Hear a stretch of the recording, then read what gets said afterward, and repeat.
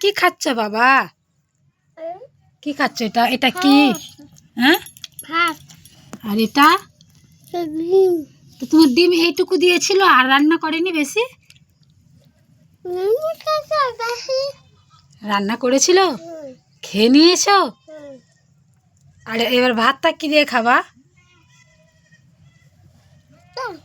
হ্যাঁ, তুমি কি দিয়ে ভাত খাচ্ছ? এটা আলু সেদ্ধ তেল লবণ দিয়ে মাখা আছে। ও, ভাতটা খেতে মজা লাগছে? কে মজা করে মেখে দিল? বাহ, রাইস মানে কি? আর পটেটো মানে? আর এগ মানে? এগ মানে?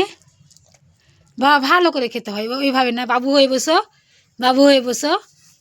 জানো না, সুন্দরভাবে ভাত না খেলে লোকে নিন্দা করবে, বলবে দেখো ওদের পরিবারটা গরিব বলে ছেলে পেলেদের ঠিকঠাক স্বভাব নাই, তখন যে বলবে বন্ধুরা।